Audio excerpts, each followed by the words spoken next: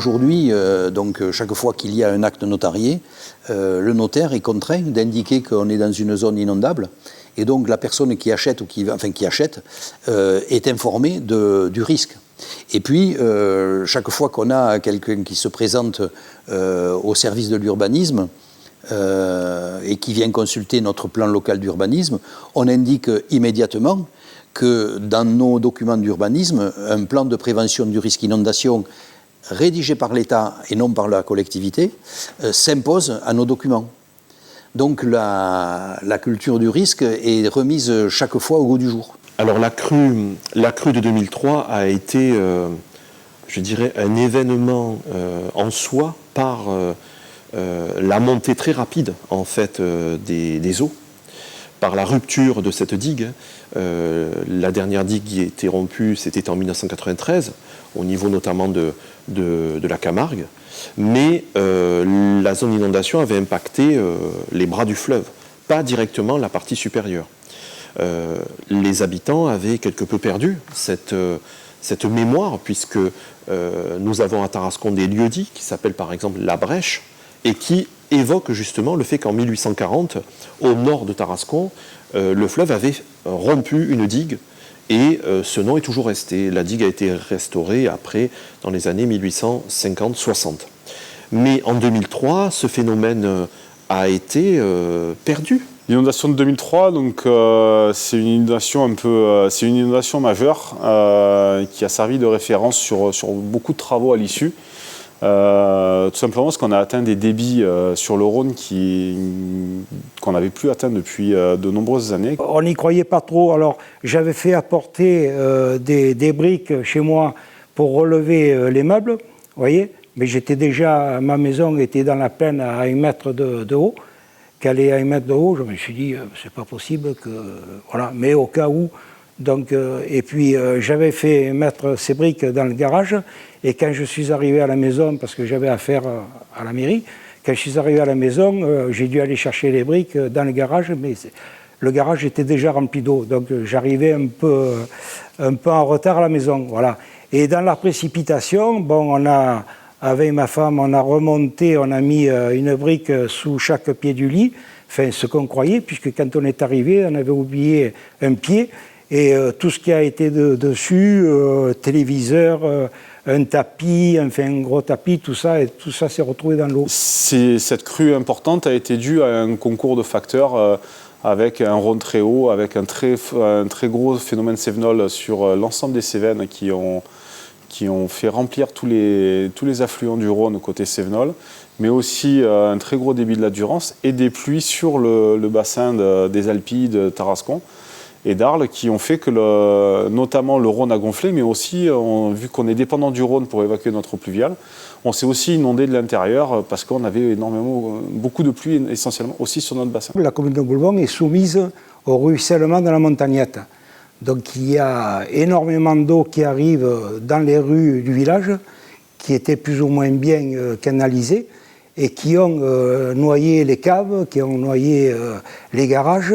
Et il a fallu, avant que le Rhône ne déborde, gérer ces inondations-là.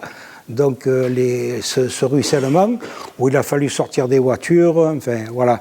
Donc ça a été une première alerte, si vous voulez, inondation. Et puis, lorsqu'on a eu quelques bilans sur les serveurs dont M. Limousin vient de vous parler, on a vu qu'il y avait beaucoup de risques, que la Saône, les affluents donnaient, la Saône, l'Ardèche, tout ça. Et on nous a dit, attention, il y a un gros risque. Il nous est remonté de l'eau dans le château de Tarascon, et cette eau aurait pu nous inonder la totalité du centre historique. Et là, nous avons dû, donc, avec l'aide des pompiers, mettre en place des sacs, un barrage, à la sortie sur ce qui était à l'époque le pont-levis du château, mais donc aujourd'hui c'est un pont fixe, et des pompes pour renvoyer l'eau dans les douves, de manière à ce qu'elle n'aille pas dans le centre historique et qu'on ne noie pas notre centre-ville. Et donc c'est vrai qu'en 2003, le fleuve a jailli d'un endroit que nous n'avions pas imaginé, qui est donc un puisard qui se trouve sur le côté ouest du château de Tarascon. Ce puisard est en fait une tour médiévale qui date des XIIIe et XIVe siècles, qui a été enchâssé dans les reconstructions du XVe siècle, mais la partie sommitale de cette tour possède en fait une trappe. Cette trappe a sauté par la pression du fleuve, et le fleuve s'est engouffré à l'intérieur, donc montant à l'intérieur des parties basses du château jusqu'à plus de 3,50 mètres de hauteur. Donc l'eau a jailli tel un geyser par pression à l'intérieur de ce bâtiment. En fait, le Rhône, il faut le craindre et l'aimer en même temps. Quelque part, il nous protège. Quelque part, il nous embête de temps en temps. Mais c'est pas grave. Il faut retrouver cette culture du Rhône. Et quand je parle de culture du Rhône, il faut penser que c'est justement ce que Roland disait tout à l'heure. C'est pas tellement traumatisant pour nous, parce que tant qu'il n'y a pas une digue qui casse en amont. Parce que ce qui se pose problème sur une digue, la tenue à l'eau, elle le tient, mais si l'eau passe par-dessus la digue et à la redescente, elle prend de la vitesse, puisque évidemment il y a une grosse pente, et elle le ravine rapidement. Et donc elle ravine, elle désagrège la digue et la digue part. Voilà. Une digue déversante, elle est construite pour résister.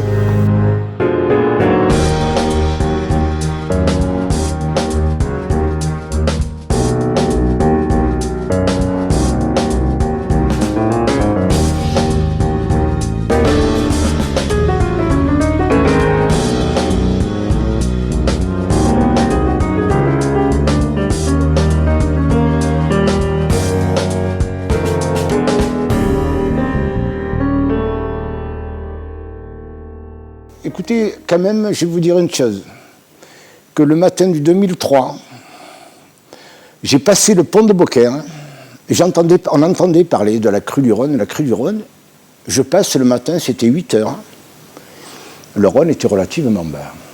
Je me suis dit, mais c'est pas possible, qu'est-ce qui se passe? On entend parler de crue, et le Rhône est très bas. Peut-être, ils se sont trompés, enfin bref. Je suis repassé le soir, vers 16 heures, puisque j'ai une propriété dans le Gard, donc je traverse le Rhône. À 16 heures, le Rhône était en crue, pratiquement en crue. Il était au taquet. Je me suis dit, mais qu'est-ce qui s'est passé? C'est pas possible, c'est pas possible. Le Rhône, il a dû prendre plus de 6 mètres de hauteur du matin jusqu'au soir. Donc je trouvais ça un peu quand même, je trouvais ça un peu surprenant, on va dire, surprenant.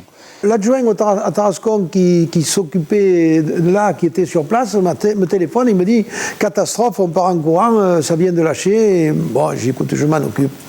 Et moi, de mon côté, donc j'appelle le maire d'Arles, pour lequel j'étais son opposant, mais dans ces cas-là, il n'y a pas d'opposition, hein, on est tous dans la même galère. J'appelle le maire d'Arles en lui disant, ça vient de casser sur Tarascon, et je vais aller voir ce qui se passe pour voir l'étendue des dégâts, parce que moi, à mon avis, demain, vous aurez entre 20 et 50 cm d'eau en ville. Et je me rappelle donc être du côté de Saint-Pierre-de-Mézoire, justement, d'être allé voir jusqu'à Valaweg, avec le chef de corps, avec un Land Rover, pour voir l'évolution de la montée de l'eau sur certains points. Il y a des gens, je me rappelle de cette nuit-là, être en train de klaxonner chez des gens, aux alentours de minuit, 1h du matin, parce qu'ils étaient tranquillement chez eux et qu'ils ne se rendaient pas compte que la crue arrivait jusque chez eux. Et je reviens chez moi, je fais le tour de tous les voisins pour leur expliquer qu'il va falloir monter les véhicules au bord de la voie ferrée, que c'est l'endroit le plus haut. Il y en a qui m'ont pris pour un fou, il y en a qui ont cru que j'avais bu un coup d'ailleurs. Bon. Mais je ne regardais pas l'heure, c'était minuit passé. Les inondations, de par les anciens, sont toujours arrivées la nuit. On ne sait pas pourquoi. Voilà. Donc, au milieu de la nuit et le lendemain matin, l'eau était à son maximum. On avait 1 mètre d'eau sur la place. Et voilà. Et le silence complet. Donc, plus d'électricité, plus de téléphone, les réseaux ne fonctionnaient plus, plus d'eau potable, puisque les puits d'eau potable étaient submergés, les pompes étaient sous l'eau, plus rien ne fonctionnait. Voilà, ça a été l'arrêt complet.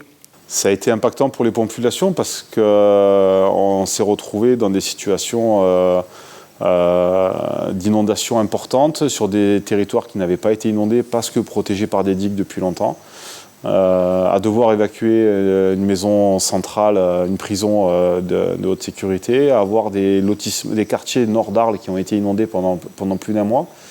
La zone d'activité de Tarascon qui a été inondée. Tarascon était, pour donner une image, était quasiment devenu une île, était enfermé autour de ces digues, et tout le tour était inondé, il restait que le centre-ville qui était accessible en traversant les digues. Et des anecdotes, eh bien, pendant l'inondation ou juste avant, quand on demandait aux gens aussi de partir de chez eux, il y en a beaucoup qui n'avaient pas connu les inondations, qui ne voulaient pas partir, des personnes âgées notamment, et qu'il a fallu aller chercher, que les pompiers sont allés chercher après en passant les personnes par la fenêtre ou par-dessus la barrière du jardin. Et puis il a fallu gérer aussi des problèmes psychologiques, des gens qui avaient, comme on dit, pété les plombs, vulgairement, mais voilà. Et là, ça a été très difficile quand même. Voilà.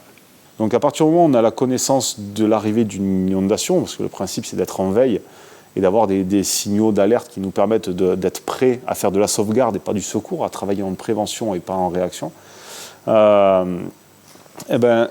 sur la commune de Tarascon, ce qui a été fait sur les dernières crues notamment, on a une cellule restreinte de veille de ce plan communal de sauvegarde qui est composée essentiellement du maire, parce que c'est le directeur des opérations de secours sur son territoire, c'est lui qui prend les décisions. Il a ses conseillers techniques qui sont les sapeurs-pompiers, qui sont ses techniciens à la mairie.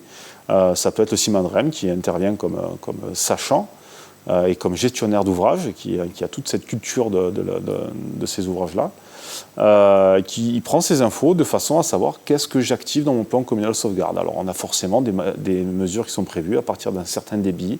On a telle action à faire, on doit informer telle personne sur tel endroit.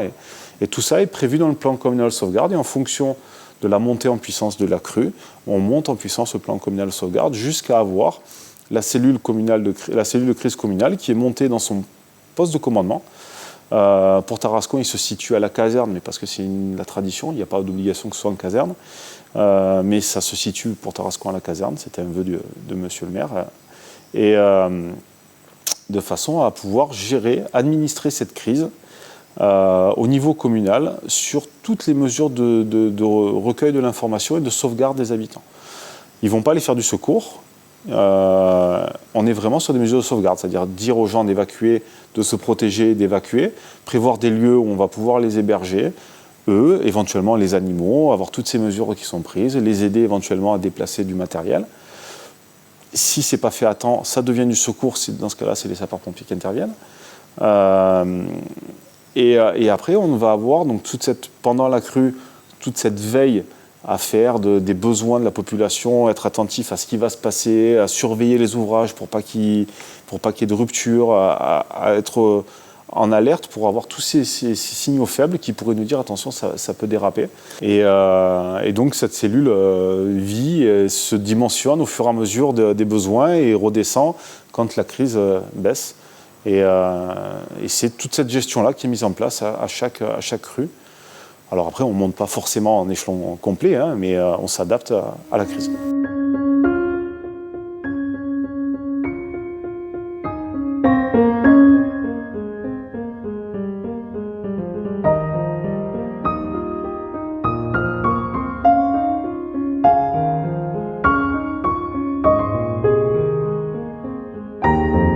Alors, ce qu'il faut retenir justement de cette période d'inondation de 2003, c'est la solidarité.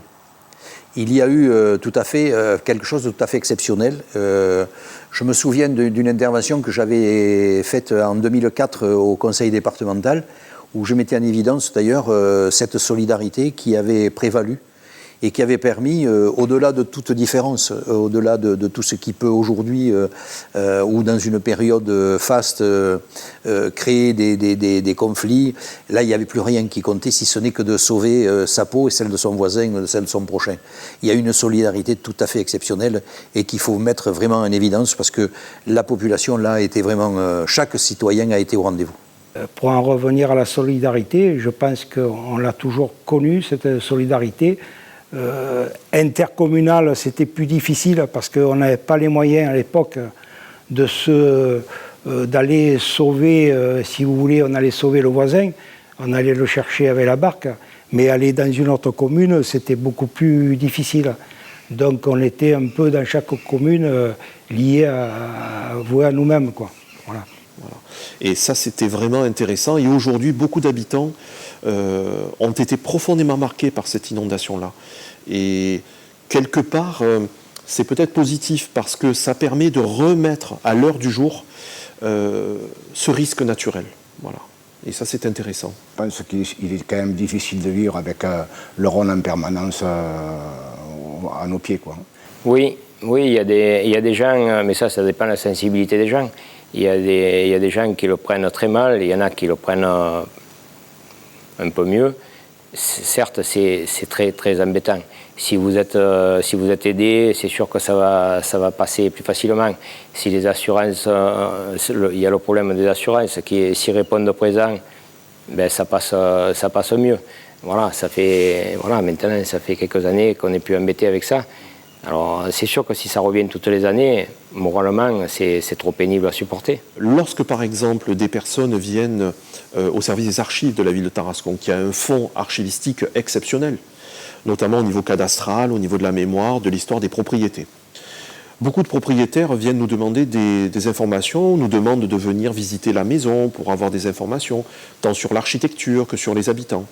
Et là, on découvre effectivement très souvent, sur beaucoup de propriétés, beaucoup de masses, dans les angles des bâtis, on trouve des marques qui indiquent des inondations en 1755, en 1840, en 1935, en 2003. Certains ont marqué aujourd'hui.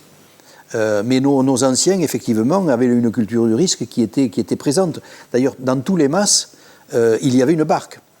Parce qu'ils savaient qu'ils auraient, à tout moment, ils pouvaient avoir un mètre d'eau, mais pas une inondation de celle de 2003, enfin, sauf celle de 1856 et celle d'avant qui devait être 2 ou 3 ans avant.